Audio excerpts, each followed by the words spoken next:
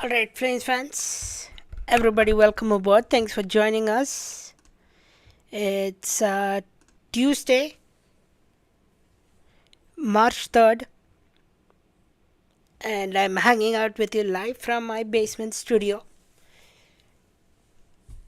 And definitely, this season, truly the Flames out of a playoff spot now. And race for McKenna continues. I don't know if it's going to be Gavin McKenna the Flames are looking to get, whether it's an Ivar Stenberg, Keaton Verhoff, whoever it is, or there is a player named Malhotra. Whoever the Flames are looking to get, please come our way.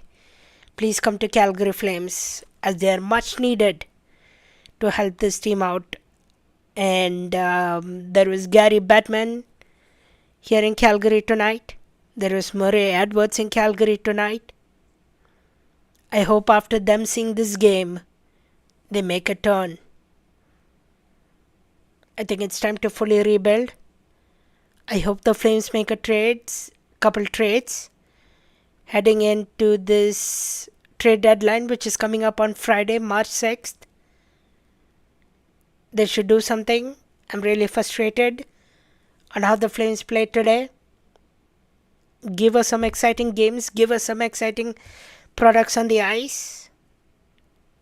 But today was not the effort at all, and you can see why the Flames need superstar elite talents and how Matt Duchene run the game here tonight, here in Calgary. But welcome to Game Over Calgary. It's been a while since the Olympic break. If you're just joining us, welcome aboard. The chat line is open. Send them through. I'm watching it on my phone on the right screen. Send me questions, send me thoughts. Bring your friends as well.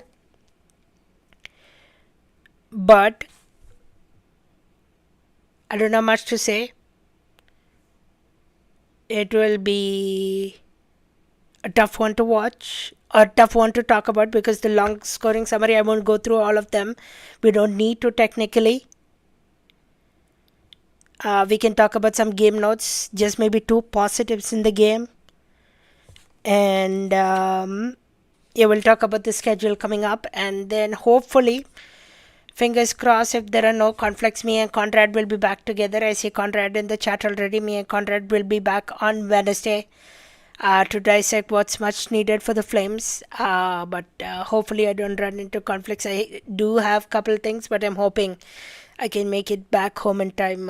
Fingers crossed for transit. Fingers crossed the weather doesn't change as much as well here in Calgary, because today we saw from a plus 10 to a change of -4 and misty.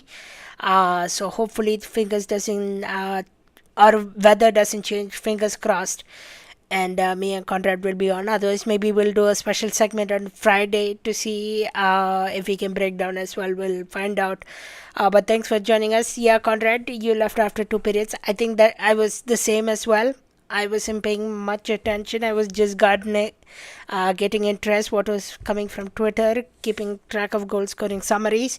I did write some points down that I wanted to talk about. But the Flames lose this one by a 6-1. I don't know if that's the biggest story of tonight. Maybe the biggest story is who should be traded, who I want them to trade.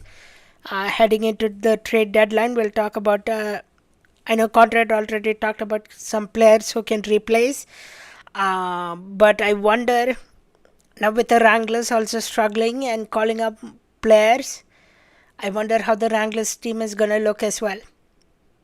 At least if you want the Calgary Wranglers to make the playoffs in that area, they haven't had a great time either. You don't know, this is going to be a tough year for Calgary sports fans. But Hitmen, they have qualified for the playoffs, so go watch some great WHL action. And it's just going to be a tough year for Calgary pro sports.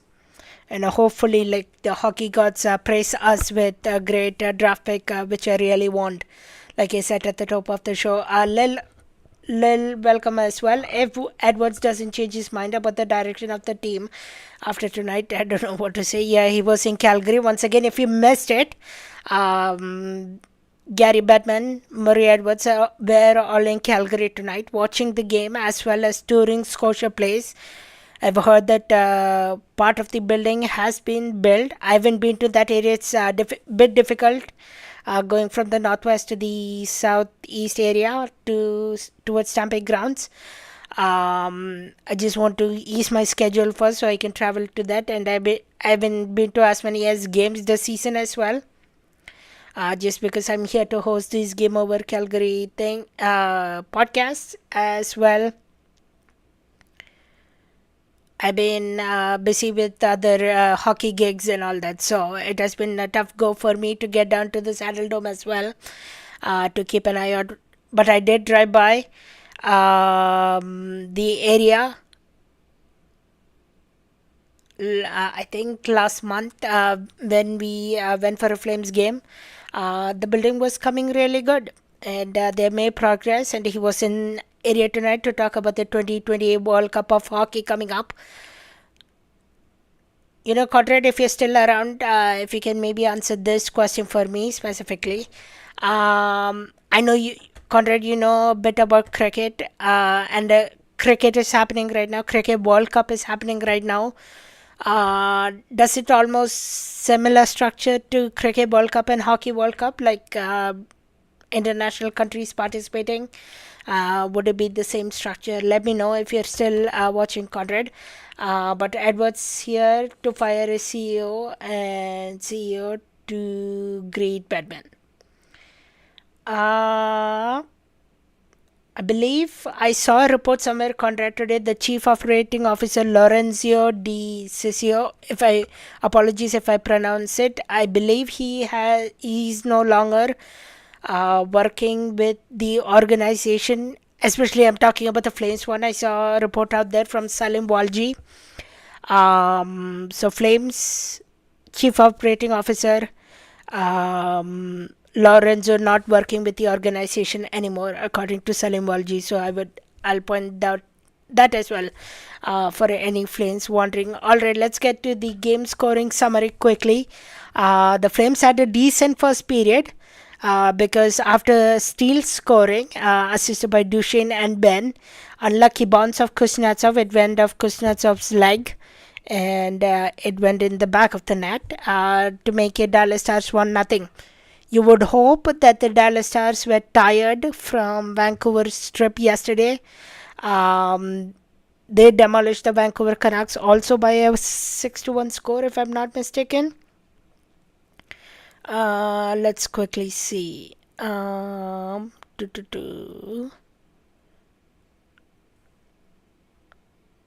don't need the logo. I need Dallas Stars. Dallas Stars won yesterday 6-1 and defeated. So that's 12 goals for the Dallas Stars as they extend the 10-game winning streak. Then Morgan Frost would tie the game from an assist from Klapka and Coleman. Adding to his trade value. Great hand-eye coordination for Morgan Frost. And that would do just the Flames. The rest would be Dallas Stars all the way. Then Jimmy Benn would score, assisted by Duchesne and Steele. And Wolf would have loved to have that back as well. That trickled in the back of his net and through his pads. So unlucky bounce. And overall tonight, the Flames had unlucky bounces. It was bad bounces that the Dallas Stars scored. And then in the second period, it will be Burke, assisted by Robertson and Johnston. Kevin Ball should have cleared that out and helped Dustin Wolf out there. But once again, that goes off Dustin Wolf and into the back of the net. Steele, assisted by Linden and Duchesne, Wolf pulled as well. So after that goal, it was Dustin Wolf that gets pulled. Bastian scored after that from an assist from Harley and Lundqvist. A great snipe from Bastian on the power play. No, that's not the power play goal.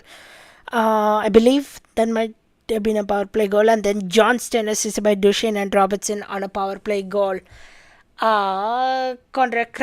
Conrad, similar, but sounds like the round robin will be split between a location in Canada. Then there will be a part of the round robin in Europe, then come together in Calgary for the playoffs. Interesting. Okay. So almost similar to T20 World Cup they are doing right now. I believe India and Sri Lanka are the co-hosts. So yeah, totally similar, but not in far apart regions. But definitely that would be fun to watch. It would be my first ever international World Cup hockey, like the Olympics, which I saw. Still, I'm disappointed from the Canada loss against the United States. Oh well, but I digress. Conrad, my question for today: how does Ryan Husker survive this? This team can't score and can't defend. Talking about defending, Mackenzie Weegar, that's one of my points I had. He really struggled tonight, and he has struggled all season. And I don't know if it's best. I've put it a square beside his name. So I've circled names that I want to see traded honestly by the trade deadline. And I put a square beside anybody who I want to say 50-50 or 45-50, whichever lower percentages. And one of them is Mackenzie Weegar. Do you trade him now, considering how bad of a season he's having? Or do you keep him? And Ryan Huska, I know he has a coaching style which he wants the defense to create the offense. He has been utilizing ChatGPT to structure lines maybe, or see how they are scoring. Maybe not this season, maybe by next season, or maybe when Scotia Place is opening. I'm gonna say we need to look for a new head coach.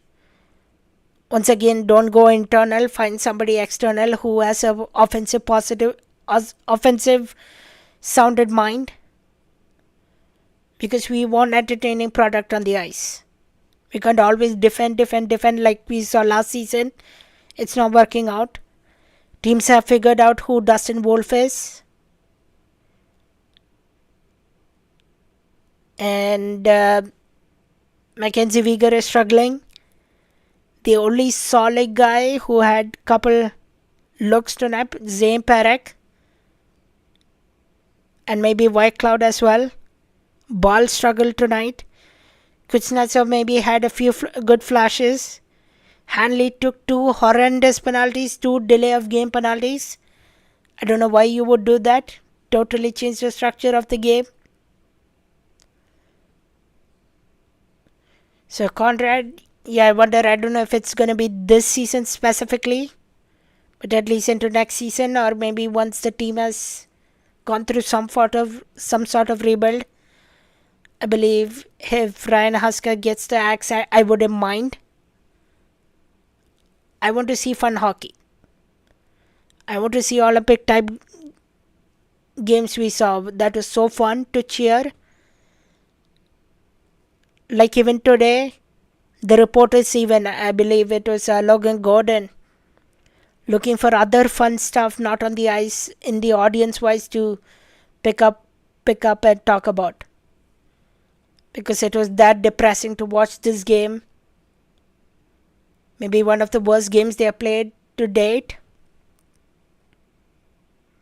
The California road trip maybe was a bit exciting, but overall a bit depressed to watch this season. And I hope after all this depression, if you don't get that top pick, which I really want now, especially after today, you can't convince me otherwise. I don't know what is right or what is justice for Flames fans this season. Alright, let's head into second period. We'll talk about a couple more game notes, and then we'll talk about players I've circled or penned that I want to see gone, or at least look for options. Let's go through the entire roster, what they dressed tonight. We'll talk about extras in just a moment as well.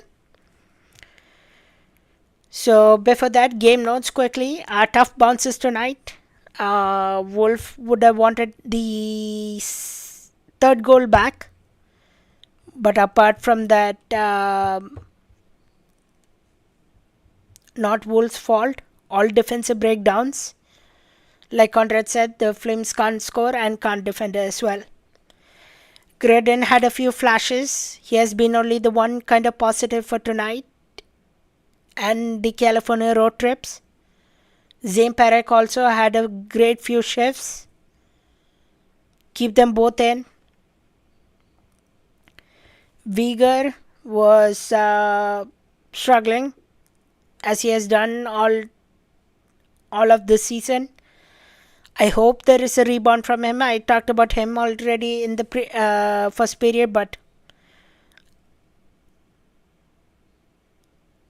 like he was gonna be talked about how he could be the captain or maybe even a future mayor of the city. I don't know if that's this season you can hand over the captaincy to him. Maybe next season if he can rebound. But I hope Mackenzie Weegar turns it around because he has great lot of potential as well. Stars also went 1 out of 5 on the power play, and Flames went 0 for 2. And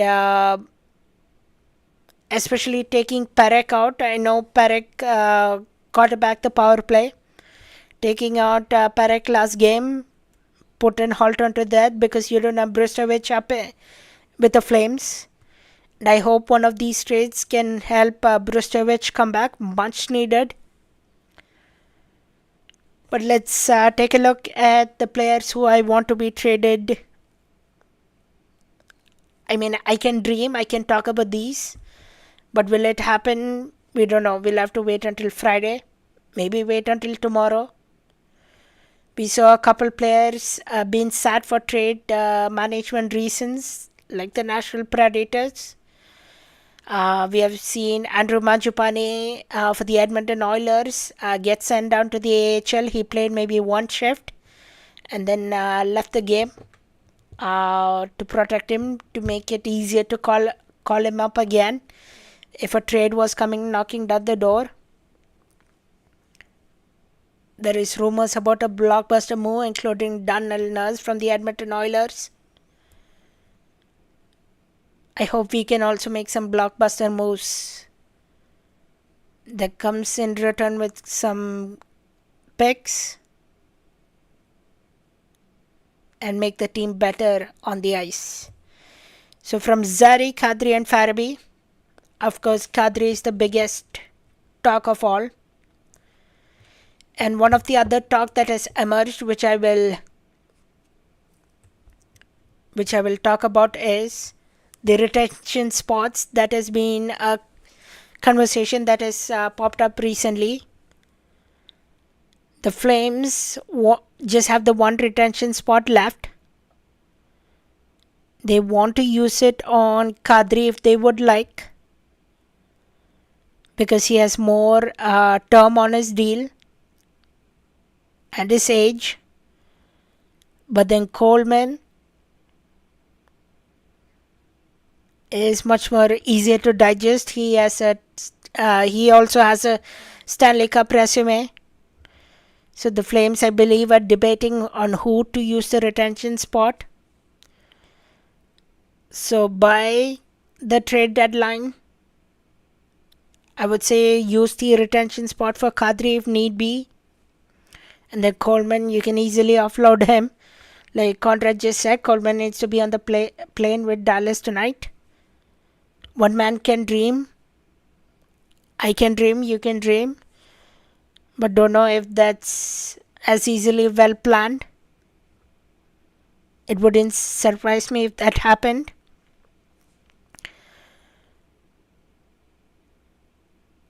But by the feeling of this retention talk, I wonder if the Flames will do nothing, which I'm happy, or I'm willing to face as well the harsh reality. They may not trade anyone and wait until off season,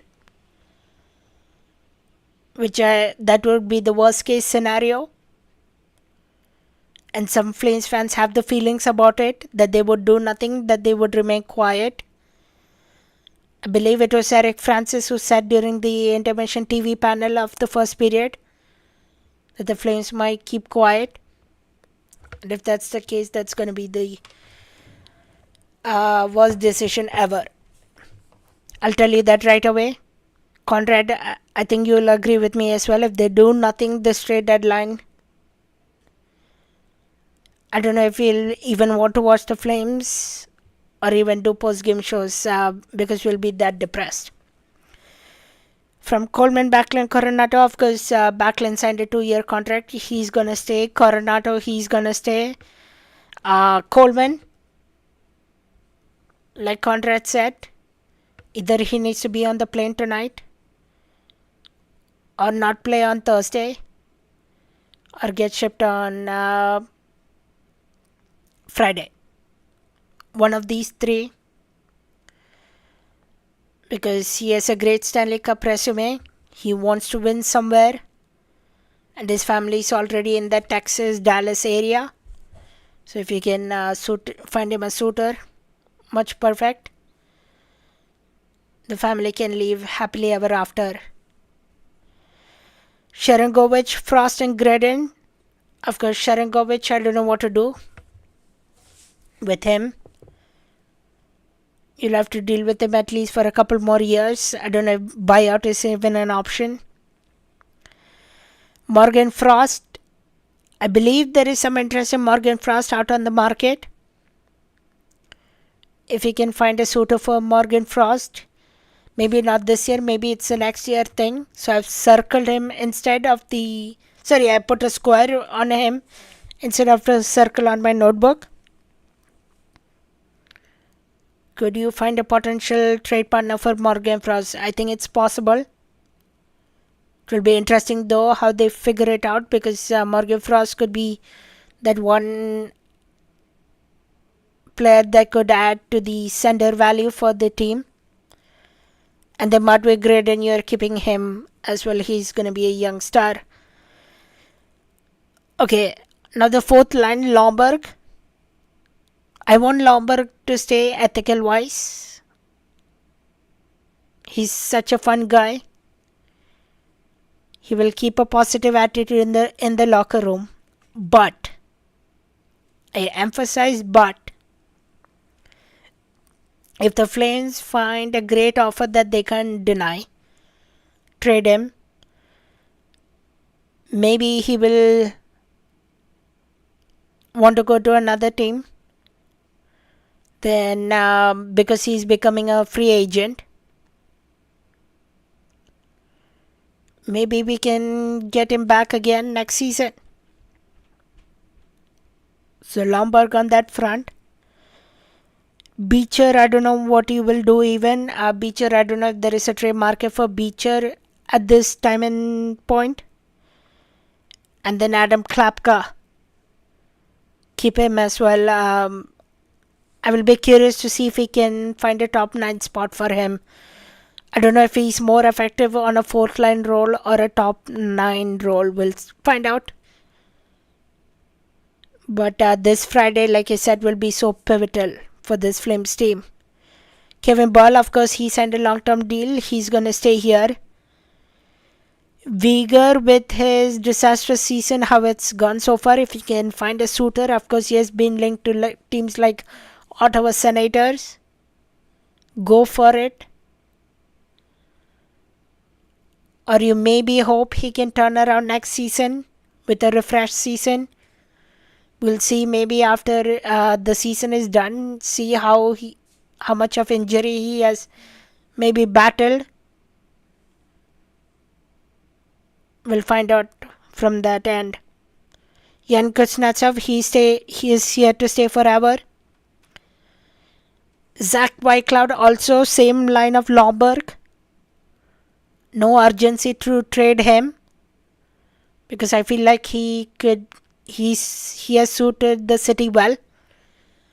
And Flames fans, if you're watching this right now live, I'll give you a quick heads up. Zach Whitecloud is going to be doing a family skate. If you're under 18, you need to have a helmet on. But he's doing a Flames, or not Flames, just a family public skate at Seven Chiefs Arena tomorrow down in Sutina Nation from 4 to 5 p.m. It's posted on the Seven Chiefs story, and I believe there is a post as well.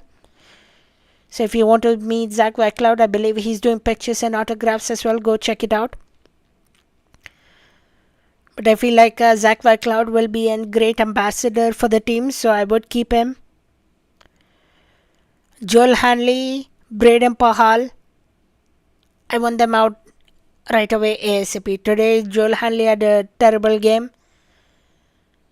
Braden Pahal hasn't played as much. I'm sure he wants maybe another chance to play for another team.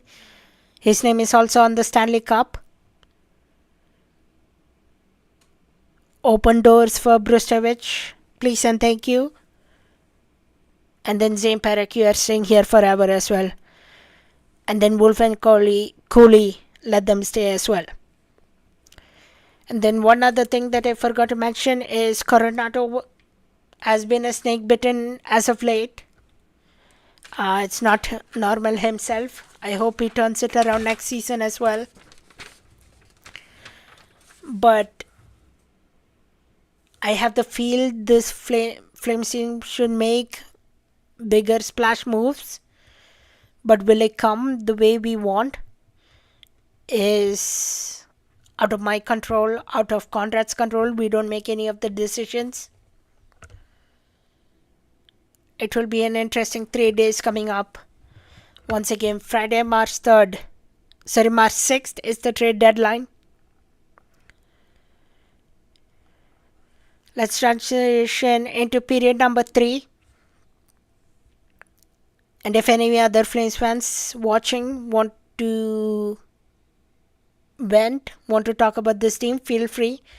The chat line is still open till I get to it. But the Edmonton Oilers, of course, they were struggling, but they turned it around tonight. They won the game in overtime against the Ottawa Senators. It would be funny if the Edmonton Oilers missed the playoffs this season, but looks like they might have closed that one step into the gap. But now for the Flames, we are not gonna out-tank the Vancouver Canucks. But at least you are guaranteed 32nd, 31st, 30th, 29th, at least 29th. 55 points. And well for Gavin McKenna. Tokai number 1, I just got back from the game. Tokai number 1. Sorry you had to watch that. If you don't mind sharing how the atmosphere was at the game. I saw a lot of open seats and a quieter crowd from what I understood. I believe I saw someone on Twitter get tickets for $17 in the second bowl. If you don't mind sharing your experience, Doc, I really would appreciate it. But thanks for joining us after the game. Hope the game was better for you in some regards, at least entertaining hockey. But I digress. Wouldn't it have happened under Captain McKenna? 100%. Yeah, that's why I have the McKenna poster, manifest for McKenna. I believe couple people had McKenna printed jersey on Calgary Flames jerseys as well already. So that was fascinating to see. Tokai number 1, everyone left halfway through the third. Yeah, indeed. Thanks for confirming that. And I believe there were no 3 stars part of the Flames as well either. It was 3 stars in the form of Wyatt Johnson, Sam Steele, and Matt Duchene, with the 3 stars for the Dallas Stars. So Dallas Stars ran the show tonight. Alright, my rant or vent. Do we know who Vancouver is going to take with their draft pick?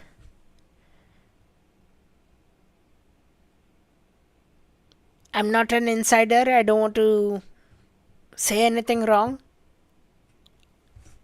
but I hope not. I don't know what do they even need right now. They need scoring. They need defense. Flames need the same thing. Flames need defense. Flames need scoring.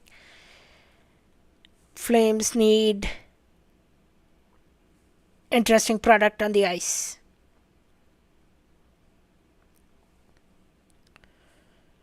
We don't know even if Vancouver will win the lottery either.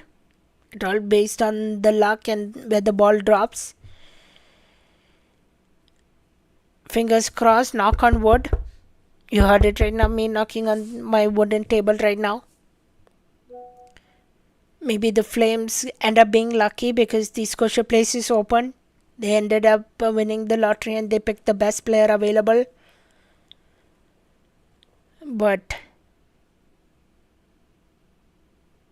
maybe if they take, let's say, for example, Verhoff, then we take an Ivar Steinberg or Gavin McKenna. Again, just my thoughts, just my guesses. I don't want to hurt anyone's feelings. I don't want to hurt my feelings. I don't want to even think about draft picks right now because so many things keep changing. All I want this season to be done as soon as possible. And then I can sit and research about other draft picks as well.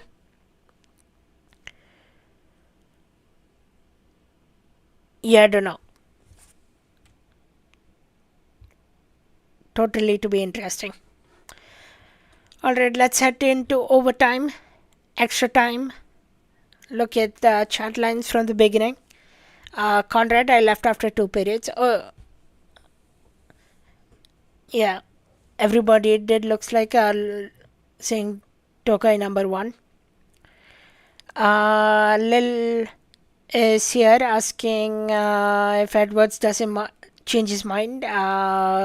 We don't know when he will. Hopefully he does.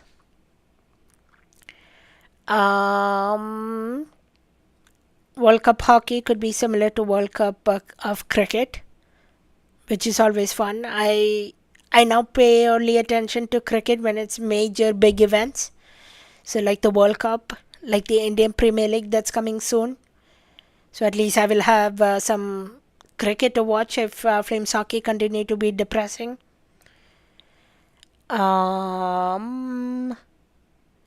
Coleman needs to be on the plane with Dallas. 100% agreed. I don't know if that will happen to our liking though, Conrad. Don't want to make you disappointed there. And Mr. Watts is asking how long will a rebuild take?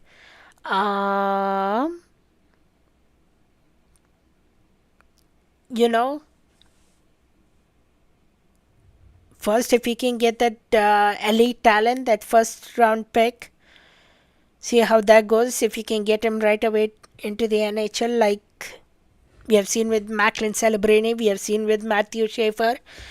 If we can accommodate somebody like that, then you are shortening your rebuild. But I don't want them to take any shortcuts. If they have to maybe rebuild again for a second year in a row to get somebody like a Landon DuPont, then be all for it. Make the product on the ice entertaining, young, fast, and a team that can score goals, that can defend, that can win a Stanley Cup. Mr. Watts is saying Uyghur is so bad, can we trade him? I don't know if there is even a potential trade suitor right now for Uyghur of how bad is he playing.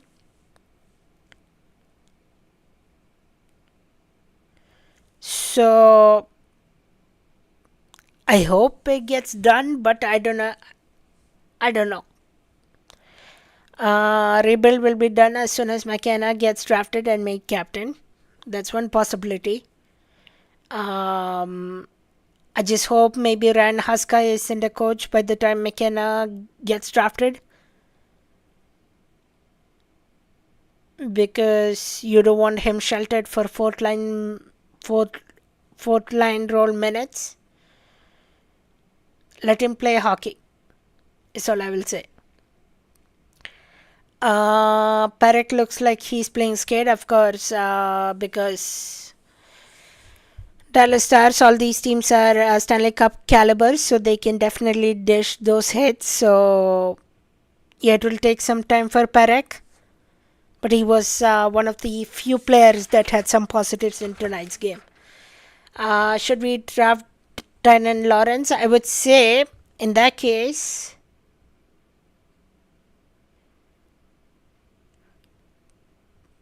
if the best players are gone out of the board, so that's a Keaton Verhoff, if that's Gavin McKenna, if that's an Ivar Stanberg, if those are taken already, then you look for a Tynan Lawrence, otherwise you don't.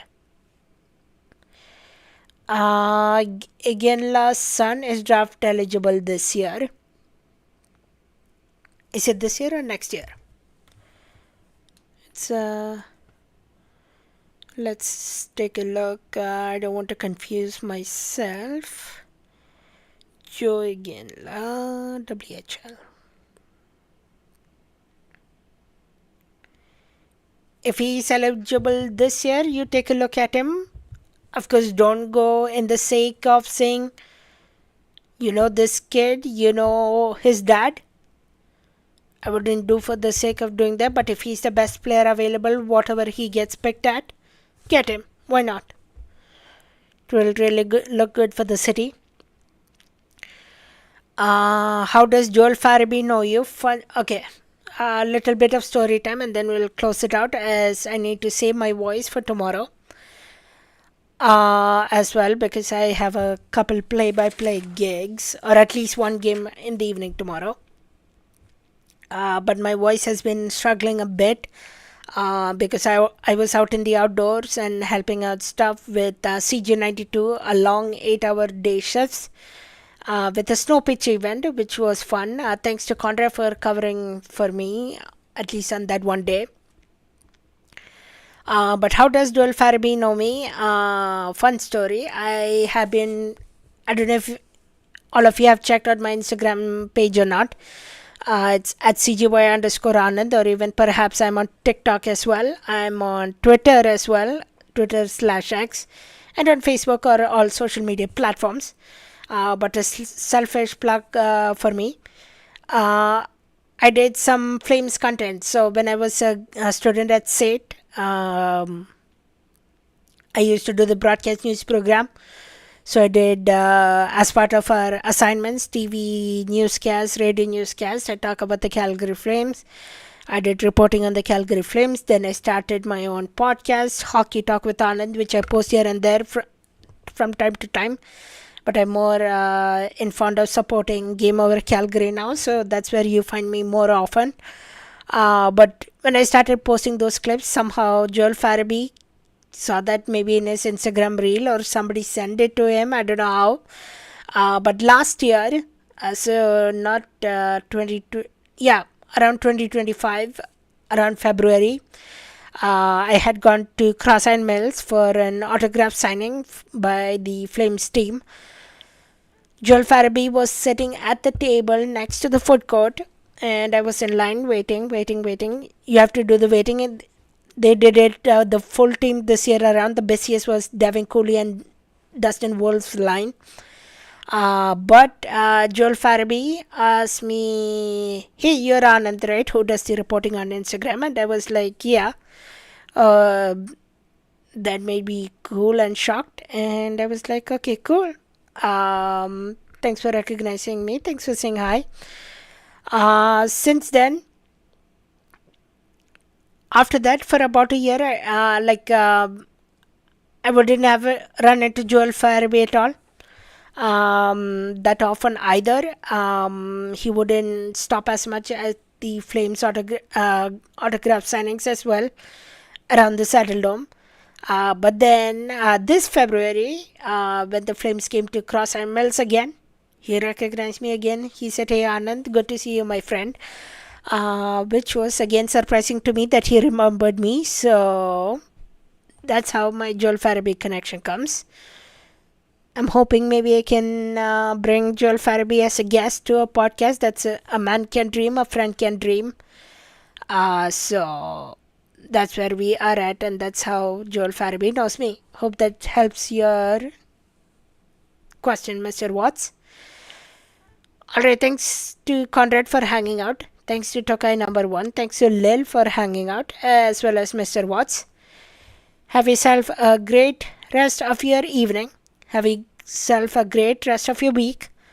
Once again, like I said, me and Conrad will try to be back on Thursday. Fingers crossed. No other conflicts happen, but I do have a couple of things on my schedule. But yeah, hopefully nothing interferes because it's going to be a big show, trade deadline show. Otherwise, Conrad, if you're still watching, we'll maybe do a special segment on Friday. Friday should be a little bit more easier of a schedule for me. But trade deadline is on Friday. I'm hoping and expecting to see some changes on the Flames team, which is desperately needed.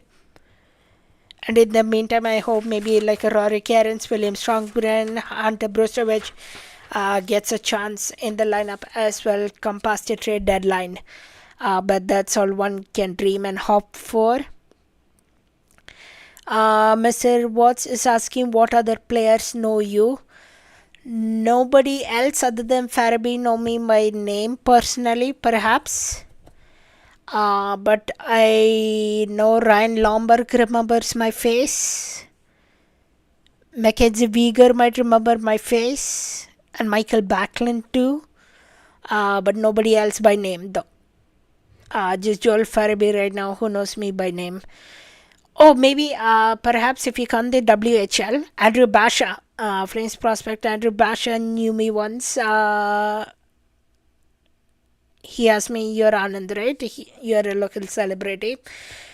So Joel Farabee and Andrew Basha from the WHL. Nobody else by name. They would know me by face though. So hope that helps. Alright, that was my personal story. That was my venting for the... How many autographs did I get? Okay, let's see.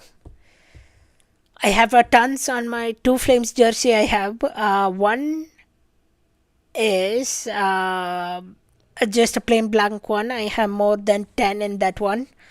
But from the cross iron one specifically on the Friday a few weeks ago at Cross Mills, I think it was a Monday. If I'm not mistaken, let's quickly go through. Yeah, the 23rd Monday, I got 4 autographs. I got Joel Farabee and Zane Parekh, who was sitting at the table together. And then I got Nazim Kadri and Adam Klapka. But it was not on my jersey, though. I have a Flames baseball hat. I got it on that one.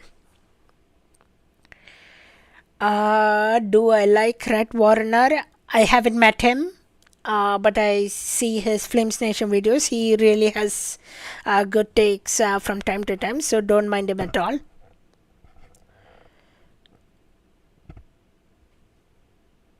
So, Ray Warner, Ryan Pinder, and Boomer, all good people. I watch those Flame Nation shows sometimes. I listen to Sportsnet 960, The Fan. I do my own podcast, so give all of them a love. It's much needed for this time of the season, this time of the year. Everybody needs their support because the media landscape is changing. On that note, if you haven't already, like this video, share, subscribe, and bring all your friends.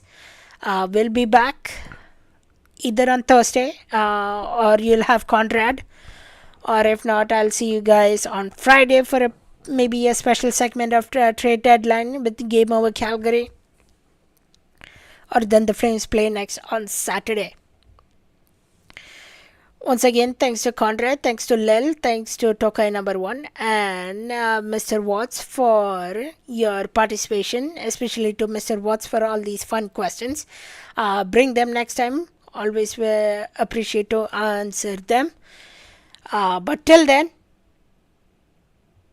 I bid good night, and hopefully, fingers crossed, knock on wood, at least.